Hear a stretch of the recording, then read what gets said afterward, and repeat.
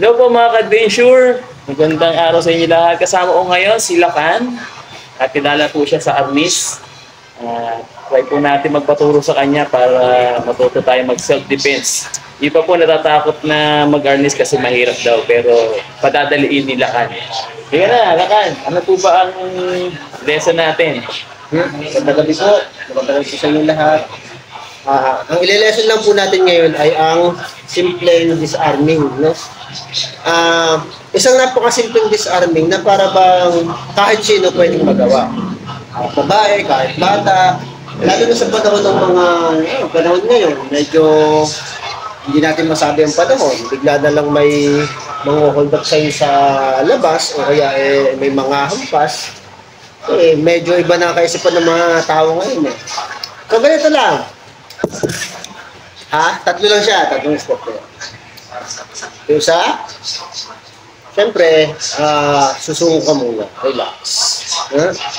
Ito yung ikalawa, at ito yung ikatlo. Step ba? Ganun lang. Napakasimple na, di ba? 1, 2, 3. Ayan. So, ganun na siya. 1, 2, 3. Paano natin na-apply? Ito siya. So, syempre, assuming na may papalo sa'yo. Ito. Papalo. Ayan o, may papalo. Oops. Right. Sa ganitong palo, doon natin i-apply yung ito. Subukan sa akin, May papalo. Ayan, may papalo. Siyempre, yung approaching talaga, gagano ka muna. Ito ka muna. Papalo talaga. So, palo ka na po, palo. Ayun, doon na-apply ito. So, may hawak, may block, at may distracting. Yun yun. At siyempre, mag-step back ka. Ito na yun. Nasa yun na yung pamalo. Ganun siya kasi siya. Ito na, sabi na lang. Ayan na, hindi ka nakikita, medyo... Ayan. Sir, hindi po. Pumalo. Ayun na. Boom. Tapos, kuha na, no? Nasa akin na yung pumalo niya. Yung pala yun? Tatakbo na siya malamang. Kasi nasa akin na yung pumalo eh. Ako niya eh. Kaya mo ba? Ayos po yan. So, kung apply natin na one count lang yun, lahat na yun.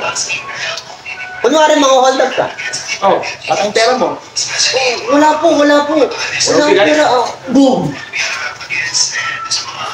Ayun, out of balance Tatakbo ka ba o papaluin kita? Tatakbo na dahil out of balance, pwede pang matumbahan. Ganun po. Yan, sige, pag-aaralan natin yan kay Lakan, no? Matutunan natin yan, no? Pero pinaka-the best pa rin kung kaya mo tumakbo ka. Siyempre naman. Pero huwag niyo subukan na lapitan pa kayo ng masasamang loob. Kung makakaiwas lang, iwas na agad. Layuan ang bawat anyo ng masama. So, ganito muna mga ka-adventure at nakulab natin si Lakan. Hanggang sa susunod natin video. Maraming salamat po. Bye.